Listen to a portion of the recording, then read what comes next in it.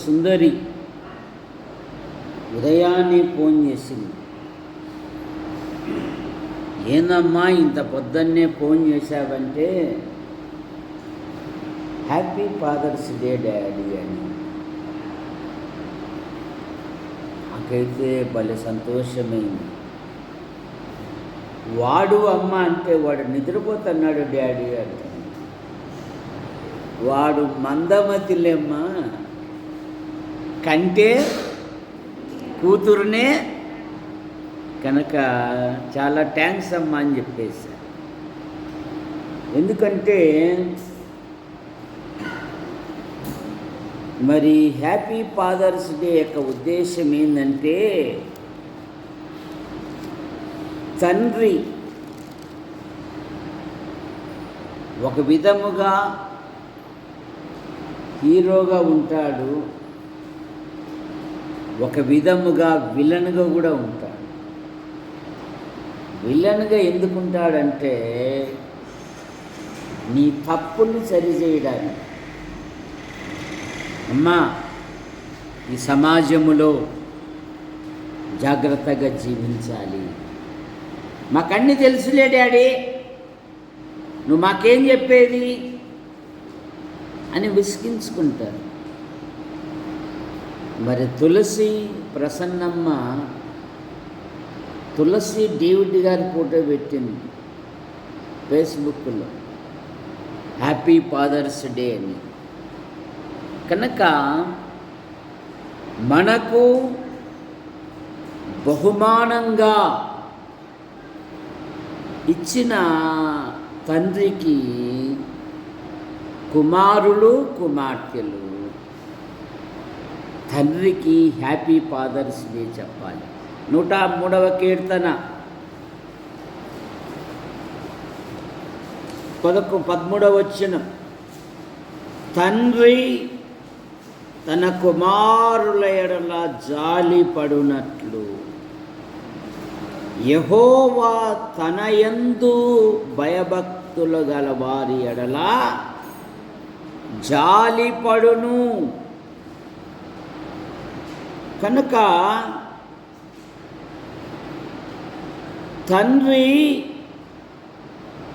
తన పిల్లల ఎడల జాలి పడునట్లు దేవుడు కూడా తన ఎడల భయభక్తులు గల వారి ఎడల ఆయన జాలిపడును. దాదాపు తండ్రిని గురించి బైబిల్లో 10 సూత్రాలు కనిపెట్టారు. తండ్రి యొక్క లక్షణాలు.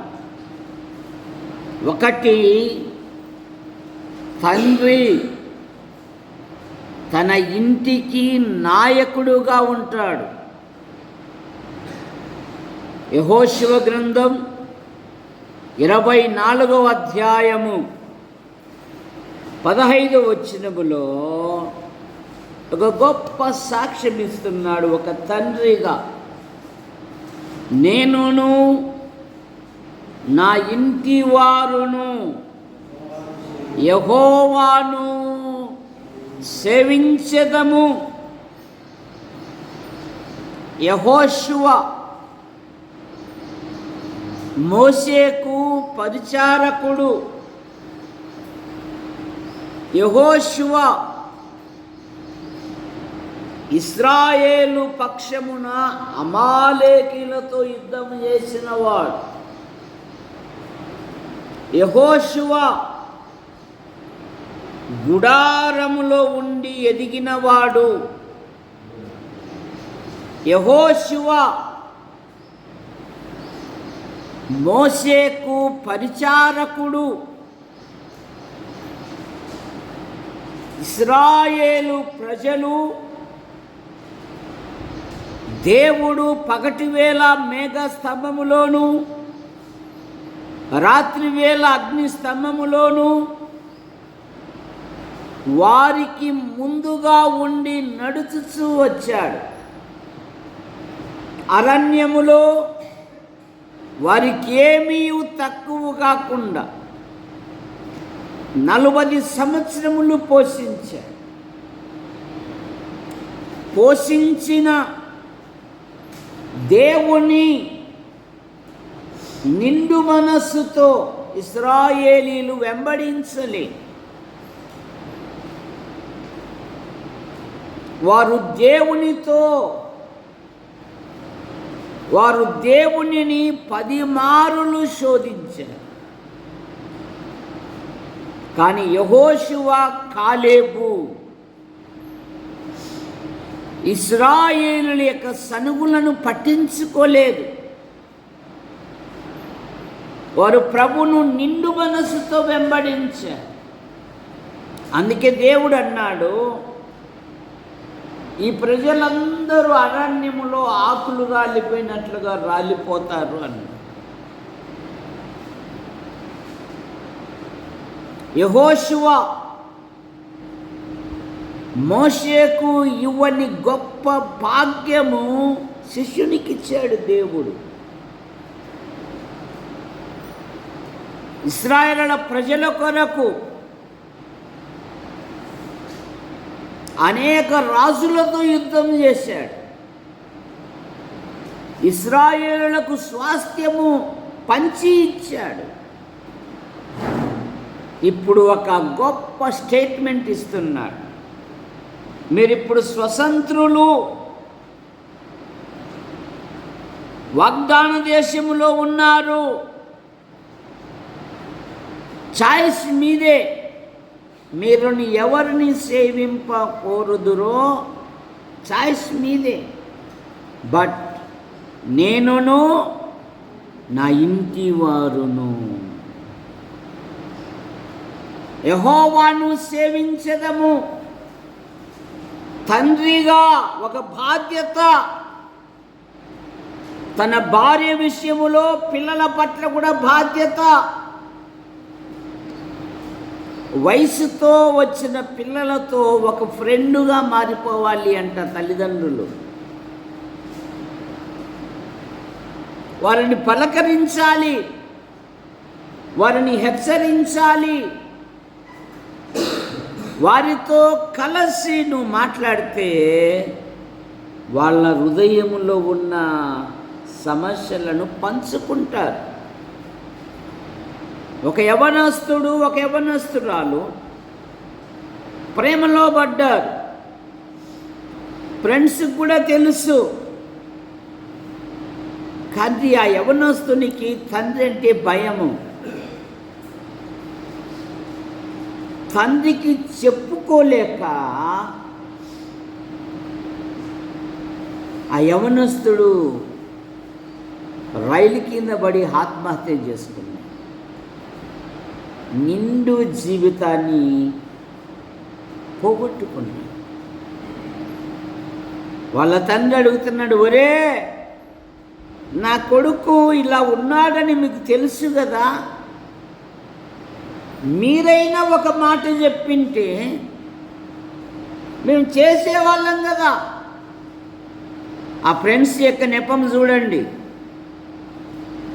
వాడు చెప్పింటాడు అనుకున్నాము అంకుల్. స్నేహితులు ఎప్పుడు మోసగానిలే, చెప్పరు వాళ్ళు. కనుక తండ్రిగా నీవే, తల్లిగా నీవే. సామెతల గ్రంథంలో ఉంది కదా, గుణవతి అయిన భార్యను గురించి, ఆమె తన ఇంటి వారి నడతలను మనం వేరే నడతలు కనిపెడతా ఉంటాం. మన పిల్లల నడతలు మానేసి పిల్లలతో ఒక 10 నిమిషాలు సంతోషంగా, ఏమ్మా బాగున్నావా, అమ్మ ఉద్యోగం ఎట్లా చేస్తున్నావు, నీ పిల్లలతోనే నీకు మాట్లాడే మనసు లేకపోతే ఏమైపోతుంది? నీ పిల్లలు నిన్ను అసహించుకుంటారు. తండ్రి తన కుమారుల ఎడల జాలి పడునట్లు తప్పైన కుమారుడు తండ్రి ఇంటికి వచ్చినప్పుడు ఏం చేశాడు? అక్కున చేర్చుకున్నాడు. అప్పొద్దేదో పంచాయతీ అంటివి కదరా, నలుగురు చెప్తానంటివి కదరా, ఉన్నదంతా దోసుకొని పోయావు కదరా, నీకేంద్రా పోరా అనలే.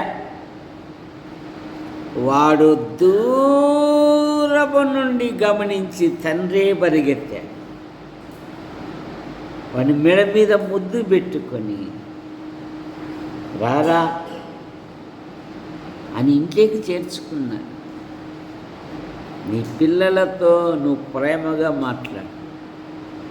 ఒకవేళ వాళ్ళ బలహీనమైన కార్యాలు చేసినా నైనా మన ఇంటిలో ఇవి తగవునైనా జాగ్రత్త, సాధ్యమైనప్పుడు తీసేసుకో. తండ్రి హెచ్చరించాలి. అబ్రాహామును గురించి దేవుడు ఏమని సాక్ష్యం ఇచ్చాడు? సొదొమ గొమొర్రా పట్టణమును నాశనం చేయడానికి వచ్చినప్పుడు 18-19 ఆదికాండం, తన తరువాత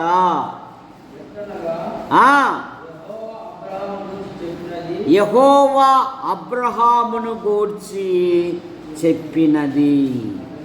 తన తరువాత తన ఇంటి వారును, తన పిల్లలను, తన ఇంటి వారును నీతి న్యాయములను జరిగించుచు యెహోవా మార్గమును గైకొనున్నట్లు అతడు వారికి ఆజ్ఞాపించెనని నేనెరుగుదును.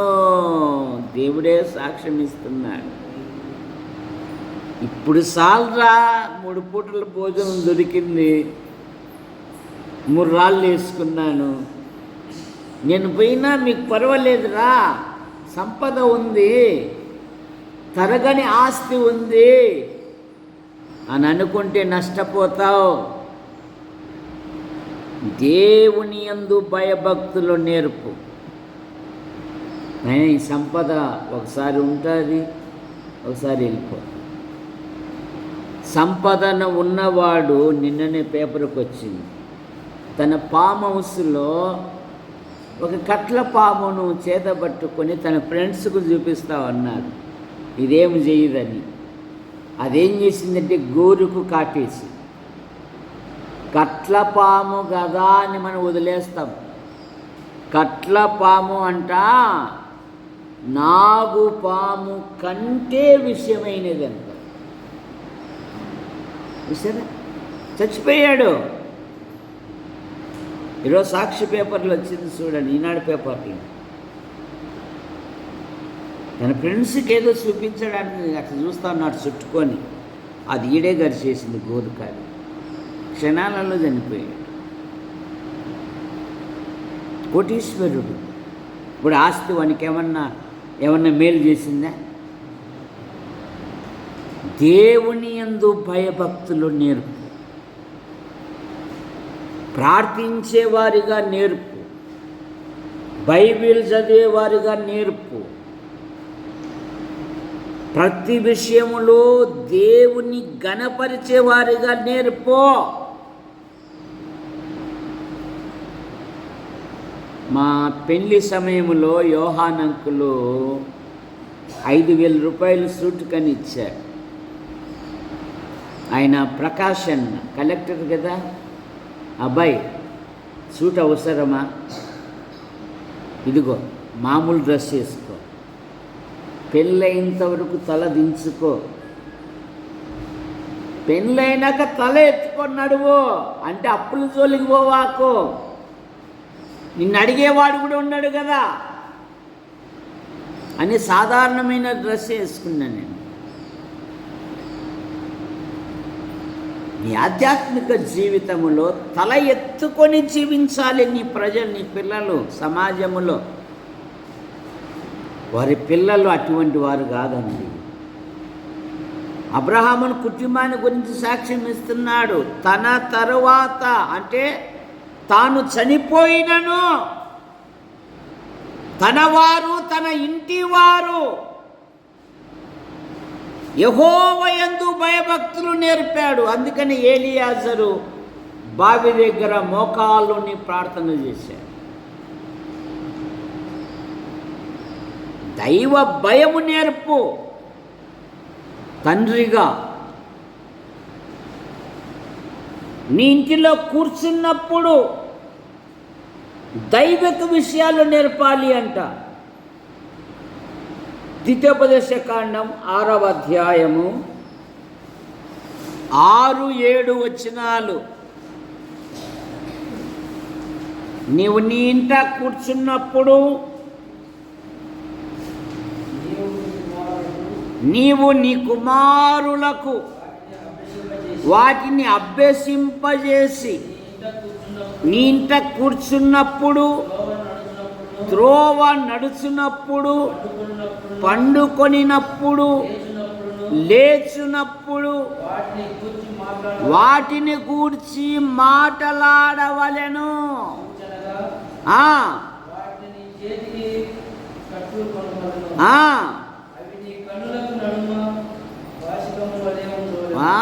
నీ ఆధ్యాత్మిక జీవితంలో నీ పిల్లలకు నేర్పాలి దేవుని వాక్యం.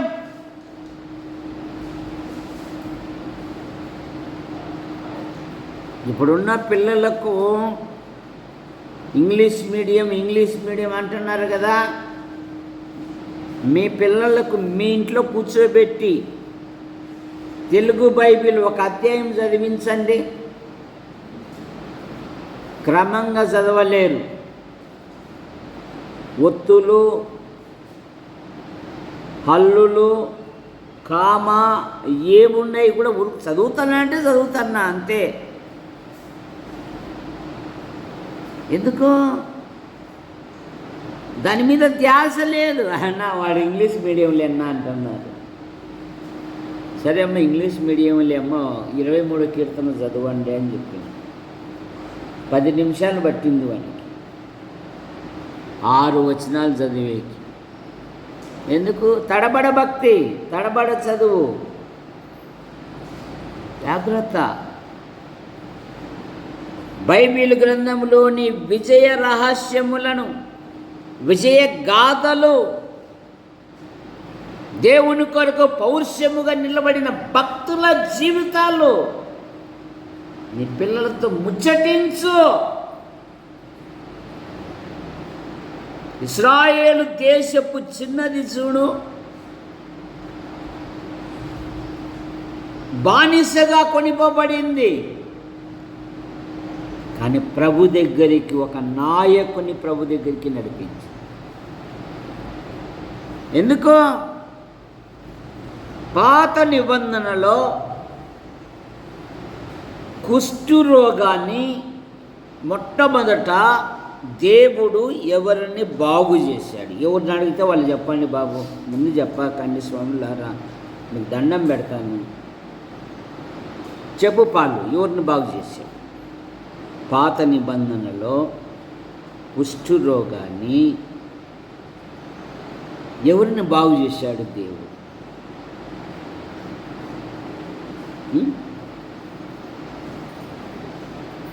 రామాజీ శ్వేత అంటుంది, ఏంది పాలన అడిగేది, నన్ను అడగకూడదా అంటుంది. ఎప్పుడు పోయినా వంటకాడే కనపడుతుంది. వాళ్ళ ఇంటికి ఎప్పుడు వంటకాడే ఉంటుంది. అది మధ్యాహ్నం రాత్రి తెల్లారుజామున వంటకాడే స్టాండప్గా ఉంటుంది. మరి బైబిల్ ఎప్పుడు చదువుతాడు? ఎవరిని బాగు చేశాడు దేవుడు? గట్టిగా చెప్పండి. సాగిబండ శ్వేత, గట్టిగా చెప్పమ్మా, ఎవరిని బాగు చేశాడు?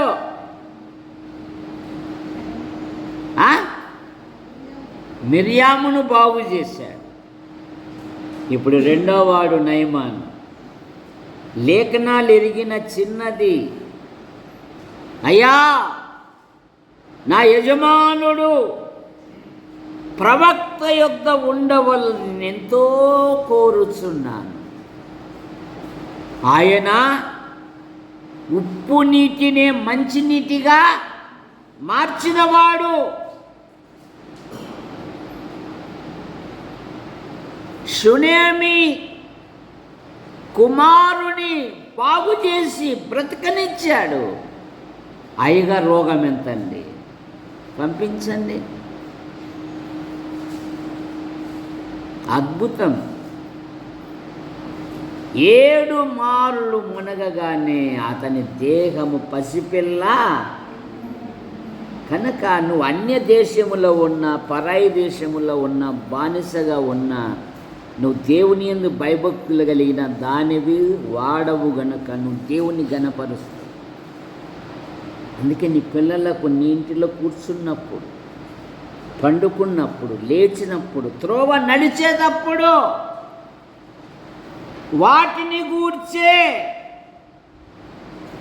ఎందుకంటే యవనులు దేని చేత తమ నడతను నీవిచ్చిన వాక్యమును బట్టియే కదా.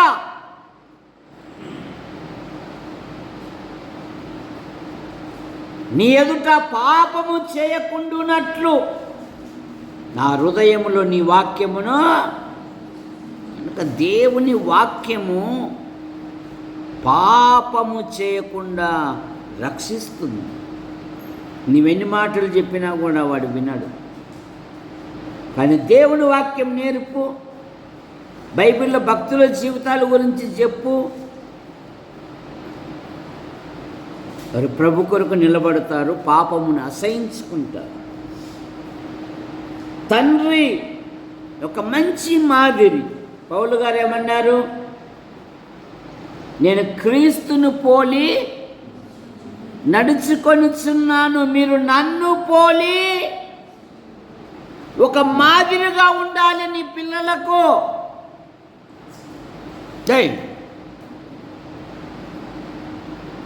నీ పిల్లలకు ఒక మాదిరి నీవే, ఎవరో కాదు.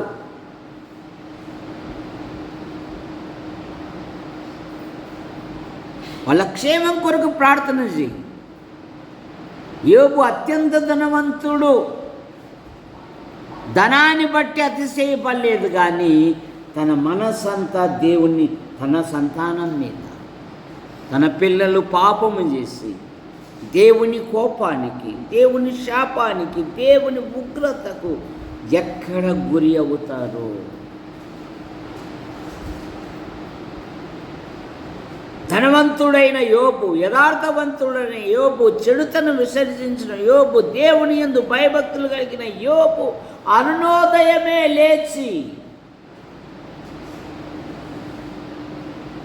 2 వరకు ఫోన్లో గడిపేదానివి. ఆ 5 గంటలప్పుడు ఎప్పుడు లేస్తావు అబ్బా నువ్వు?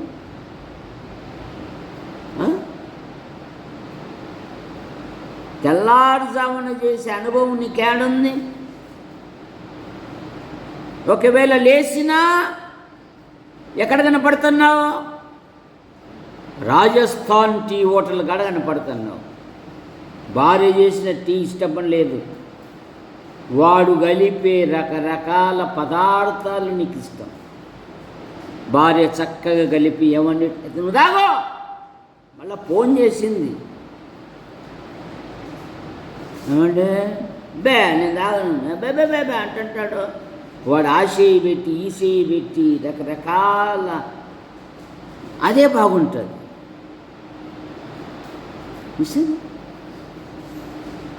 ప్రార్థకాలం ఎవరైతే దేవుని సన్నిధిలో గడుపుతారో వారి జీవితము విజయవంతముగా ఉంటుంది. ఓడిపోని జీవితం దేనిలో కూడా వారు ఓడిపోరు. వారు విశ్వాసంతో కొనసాగుతారు, ప్రవైపు చూస్తారు.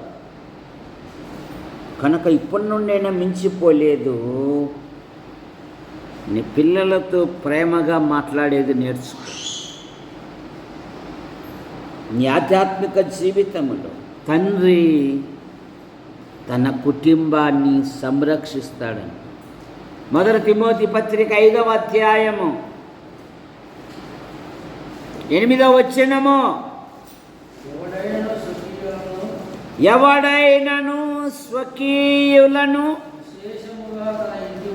విశేషముగా తన ఇంటి వారిని సంరక్షింపకపోయిన ఎడల వాడు విశ్వాస త్యాగము చేసిన వాడై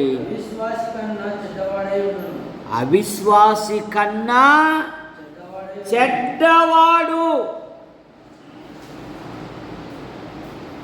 తన కుటుంబాన్ని విశేషముగా తన కుటుంబాన్ని సంరక్షించాలి.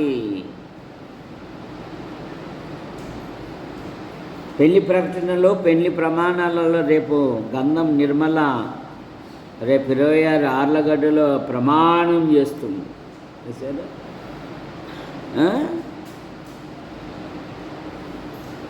నిర్మలను నేను శ్రమలోను బాధలోను నిన్ను ఓదార్చి నిన్ను సంరక్షించి వెనిల్ కుమార్ అను నిన్ను నా భర్తగా చేసుకొందునని ప్రమాణము చూసారా, సంరక్షించి కుటుంబాన్ని సంరక్షించాలి.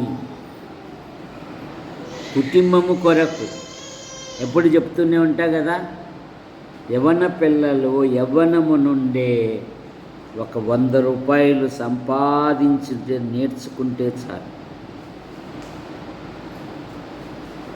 ఏ కష్టము చేసినా లాభమే అంటుంది బైబిల్. దొంగతనం చేస్తే తప్పు, జూజమాడితే తప్పు, పేకాట ఆడితే తప్పు. ఏ కష్టము చేసినను సంఘం ప్రారంభ దినాలలో స్కూల్ బాయ్గా, స్కూల్ వార్డెన్గా, సూపర్వైజర్గా, ఎందుకు వాళ్ళు ఆహ్వానించారు, అయ్యా స్కూల్లో పనిచేయి, సరే అద్దె పోతుంది, పిల్లలకు ఫీజులు వస్తాయి కదా అని. అదే సమయంలో నా తండ్రి క్యారీ బాయ్ ఇస్తూ నా పిల్లలను సంరక్షించుకుంటూ సంఘ విషయములో బుధవారం అయితే బైబిల్ స్టడీ కోసం బస్సులోనే ధ్యానించుకునేవాడిని. బ్యాగ్లోనే 5-6 పుస్తకాలు తీసుకెళ్ళి చక్కగా ప్రసంగం రాసుకునేవాడిని. మళ్ళీ పిల్లలందరిని వదిలిపెట్టి వస్తానే మళ్ళా దైవ కార్యక్రమంలో పాలు పొందే. కుటుంబాన్ని సంరక్షించాలి. కూర్చొని తింటే చెప్పు కృపమ్మ, మన ఊర్లో ఉన్న భైరవ కొండ కూడా ఏమైపోతుంది, నిలబడుతుందా, కరిగిపోతుంది. చేతిలో పని నువ్వు చేయగలిగినది చెయ్యి, దేవుడు ఆశీర్వదిస్తాడు. కనుక నీ ఆధ్యాత్మిక జీవితంలో తండ్రి పిల్లలను క్షమించే హృదయం ఉండాలి.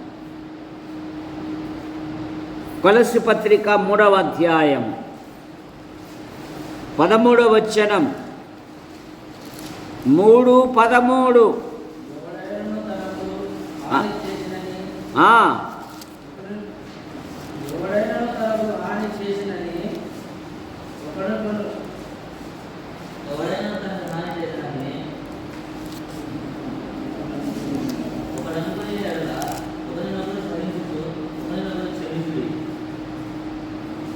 ఎవడైనను తనకు హాని చేసినని ఒకడు అనుకుని ఎడల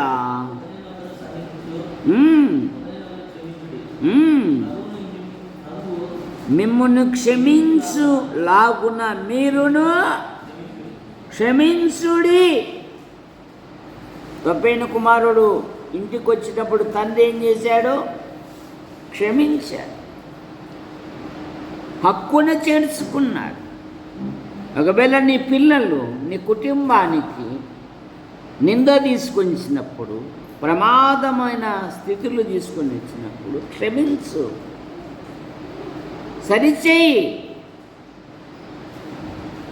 వాళ్ళు అప్పుడే నిర్ణయించుకున్నారంట,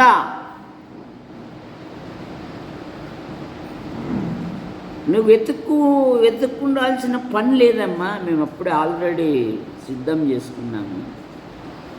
సంసోన్ ఏమడుగుతున్నాడు? ఒక అమ్మాయి నాకు పెళ్లి చేయింది, అబ్బాయి నేను చూసినాను అంటున్నాడు. ఏరా అసలు వాళ్ళు మనకు సరిపోరు కదా. పెద్దల ఆలోచన లేదు, పిల్లలొకరికి ప్రార్థించేది లేదు, పిల్లలను కనిపెట్టే జీవితం లేదు, నీకు శ్రమ లేదు, అక్కర్లేదు డాడీ, మేము రెడీ చేసుకున్నాము. ఎక్కడికి వచ్చేస్తున్నారు? కొన్ని స్థలాలలో రెడీ చేసుకోవడమే కాదు, పెళ్ళి చేసుకొని ఇంటికి వస్తున్నారు.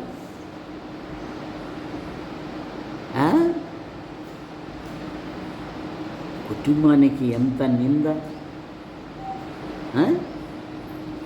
జాగ్రత్త.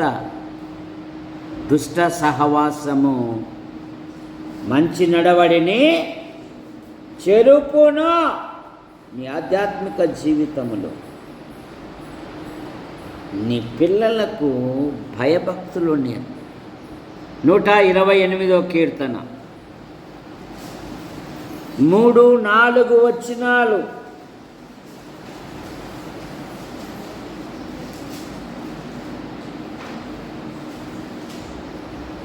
నూట 128వ కీర్తన 3-4.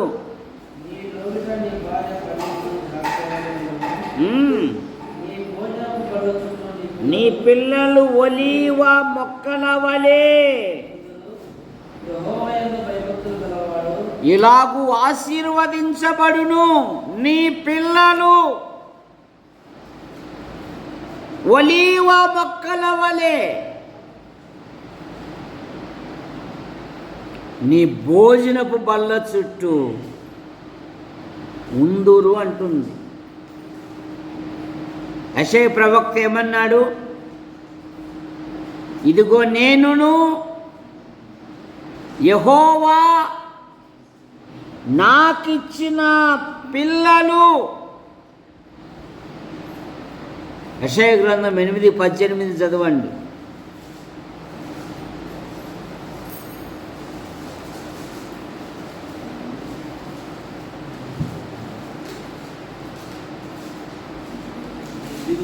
ఇదిగో నేనును యెహోవా నాకిచ్చిన పిల్లలు. యెహోవాకు చదవాలి. ఇశ్రాయేలుల మధ్య సూచనగా మహత్కార్యములుగా మేమున్నాము. నేనును యెహోవా నాకు ఇచ్చిన పిల్ల. ఏమండి మీ అబ్బాయి ఏడి? సార్ మాకు యాడికిలో 3 సంఘాలు ఉన్నాయండి. ఆ 2 పిల్లలు 2 సంఘాలకు వాక్యం చెప్పేకి వెళ్ళారండి. నేను ఇక్కడ ఉంటున్నాను. నా పిల్లలు ప్రార్థన చేసేకి వెళ్ళారండి, దేవుని వాక్యం చెప్పేకి వెళ్ళారండి, అదేదో కూడికలంటే అండి పాటలు పాడేకి వెళ్ళారండి. నా పిల్లలను వాళ్ళు ఖాళీగా ఉండరండి. వారి సహవాసం అంతా దైవజనులతోనండి.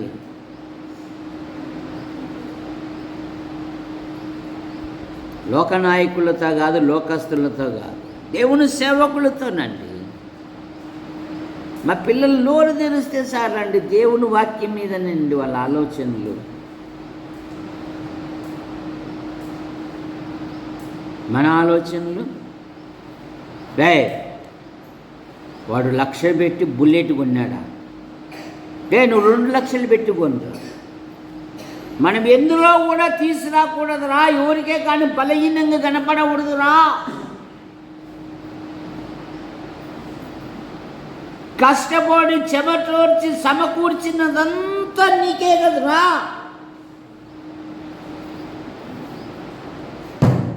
వాడు ఐఫోన్ కొన్నాడా, ₹1,00,000, నేను 2 లక్షలు కొన్నా. లౌకిక విషయాలలో పెంచుతూ ఉన్నాం మన పిల్లలను.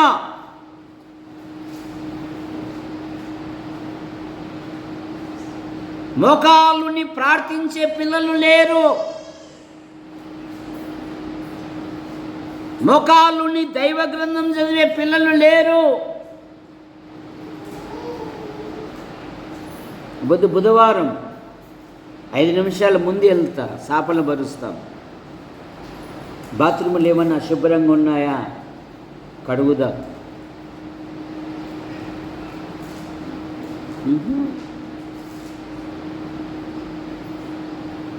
ఎందుకు ఆ మనసు, దేవుని మందిరము మక్కువ అనే మనసు అనేది నీ పిల్లలకు ఉండడం లేదు. అసలు నీకు ఉండడం లేదు, నీ పిల్లలకి ఎక్కడికి వస్తుంది? లోకంలో అన్నిలతో గడిపినంత సమయము దైవజనులతో, దేవుని సేవకులతో కూర్చుండి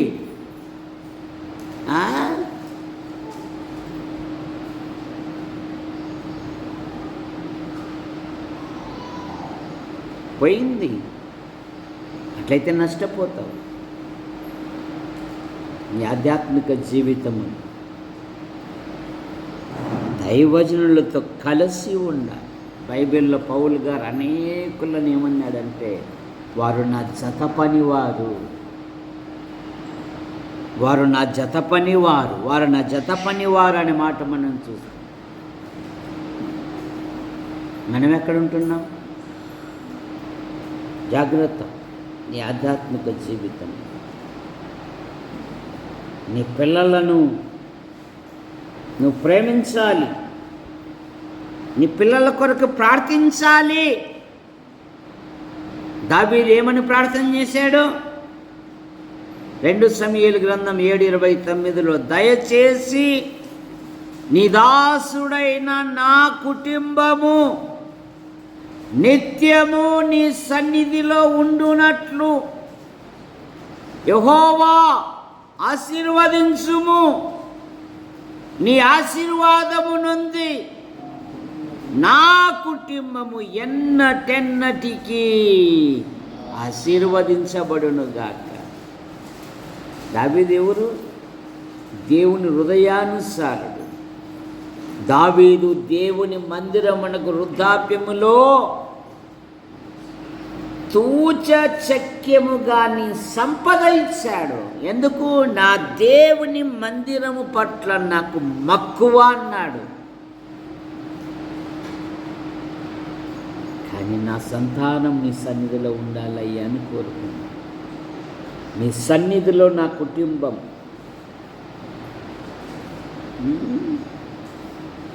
7 అయినా రారు, 7:10 అయినా రారు, 7:30 అయినా రారు. చూసారా? శ్వేత ఎంత దూరంలో ఉంది? రామశ్వేత అస్సలకు బుధవారం కాదు కదా, శనివారం కూడా రా. చెప్తే బాధలు. కొందరు లింగులు ఇటుకని ఆదివారం మాత్రమే వస్తారు.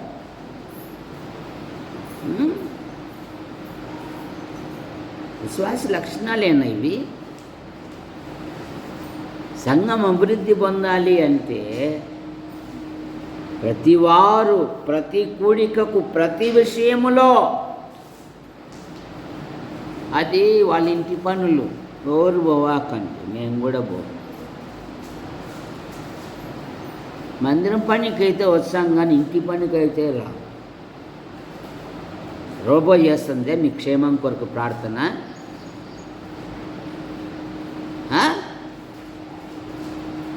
ఎవడు చేయమన్నాడు అనే స్థితికి వస్తున్నారు ఇప్పుడు క్రైస్తవులు.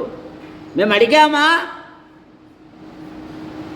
అయినను పెద్ద నోటిచ్చే, పెద్ద ప్రార్థన చిన్న నోటిచ్చే సరే,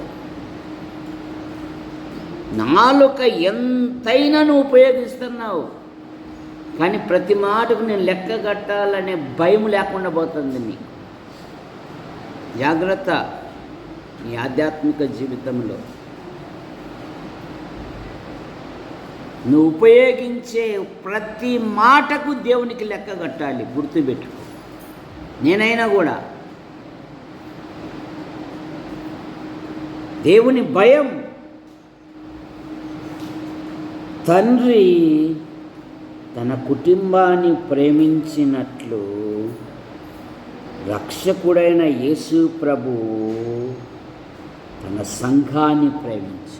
ఎఫెసీ పత్రిక 5వ అధ్యాయం 24-25 వచనాలు.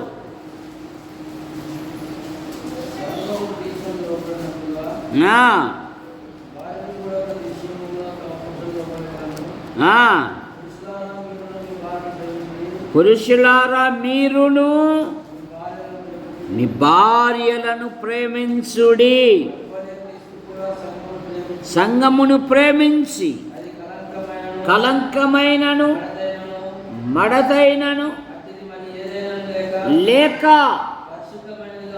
పరిశుద్ధమైనదిగాను ఉండునట్లు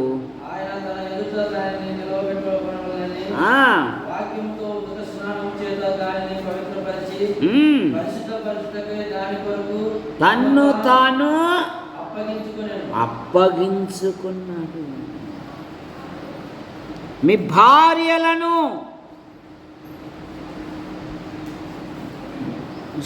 ప్రేమించుడి. లేస్తానే డ్యూటీకి వెళ్తాది, ఇంటికి వచ్చే లోపల టీ చేసే అలవాటు నీకుంది, నాకైతే లేదులే. ఈ సమయానికి వస్తుంది కదా, ఇదిగో మా కప్పు టీ రాదు, ఎంత సంతోషపడుతుంది. చక్కెర వేయకోకుండా కూడా ఉత్త టీ చేయి, ఏమన్నా తాగినా కూడా సంతోషపడుతూ, ఏమండి మీరు చక్కెర వేయడం మర్చిపోయారండి అని అంటారు. చూసారా, చిన్న చిన్న పనులే. నాకు పొయ్యి కాడ పోయి అలవాటు లేదులే, రోగంతో ఉన్న ముక్కుతా మూలిగినా కూడా ఆమె తేవాల్సిందేదే. చూసారా, భార్యలను ప్రేమించుడి. ప్రేమించుట.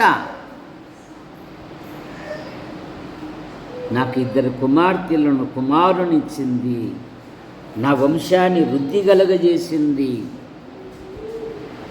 నా వంశ వృద్ధి కొరికే కదా అని ఆలోచనలు రావడం లేదు. రేపు మాపో తాతనైతాను నేను. ప్రేమ.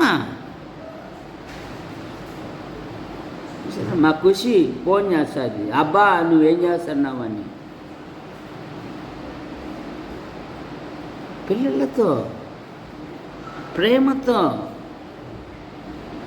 చూసారా, ఒక్క మాటే మాట్లాడితే పనులు ఆడ రాలిపోతాయి అన్నట్టుగా ఉండకూడదు. పిల్లల పట్ల ప్రేమతో నీ పిల్లలను ప్రేమగా చూసుకో. వారి క్షేమం కొరకు ప్రార్థన చేయి. వారి జీవితాలలో దేవుడు అద్భుతమైన కార్యాలు జరిగిస్తాడు. దేవుని స్నేహితుని అనబడిన అబ్రహాము ఇస్మాయిల్ కొరకు ఏమని ప్రార్థన చేస్తున్నాడు? ప్రభువా, ఇస్మాయిలు నీ సన్నిధిలో బ్రతుక అనుగ్రహించు. వాళ్ళు కలిసి నివసించలేనంత విస్తారమైన ఆస్తి ఉంది. మరి ప్రభువుని అడుగుట అవసరమా వాళ్ళకు? చాలామంది కాస్త గూడు, కాస్త గుడ్డ, కాస్త గూడు దొరికేళ్ళకల్లా దేవుని మర్చిపోతున్నారండి. కానీ అబ్రహాం అట్లా కాదు. ప్రభువా, వీడు నీ సన్నిధిలో బ్రతుకుటకు సాయం చేయనైనా అని అడిగాడు. ఇదిగో ఇస్మాయిల్ గురించి చేసిన మనవి నేను విన్నాను. ఇదిగో నేను అతన్ని ఆశీర్వదించి అతనికి 10 మంది రాజులను ఇస్తాను అన్నాడు దేవుడు. ప్రార్థన అనేది పలచనైపోతుంది. పలచన కాకూడదు. విశ్వాస జీవితంలో ప్రార్థిస్తూనే ఉండాలి. సహోదరులారా, మనం ప్రార్థన చేసుకుంటాం.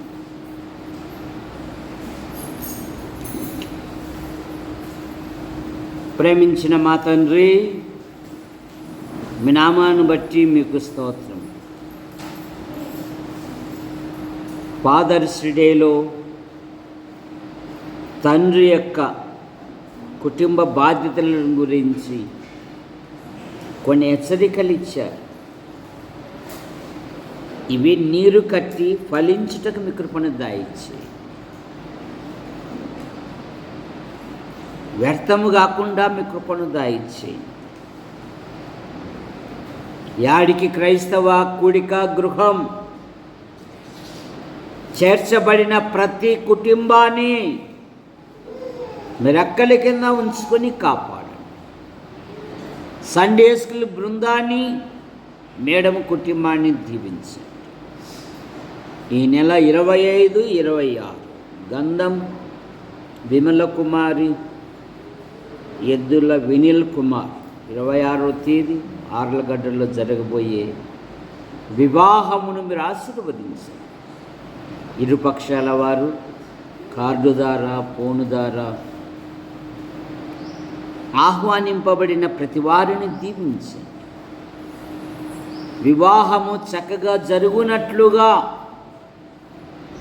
మీరే అద్భుతమైన సహాయం దయచేయండి. మంచి వాతావరణమును అనుగ్రహించండి. ప్రతి ప్రయాణమును మీరు దీవించండి. ఈ వారములో జరగబోయే కూడికలను మీరు దీవించండి. గత వారములో చాలా బలహీనంగా ఉండగా కొందరు పరామర్శించారు, ప్రోత్సహించారు, ప్రార్థించారు. అందును బట్టి మీకు స్తోత్రం. నాకుంటున్న ప్రతి బలహీనత మీరు ముట్టి స్వస్థపరచండి.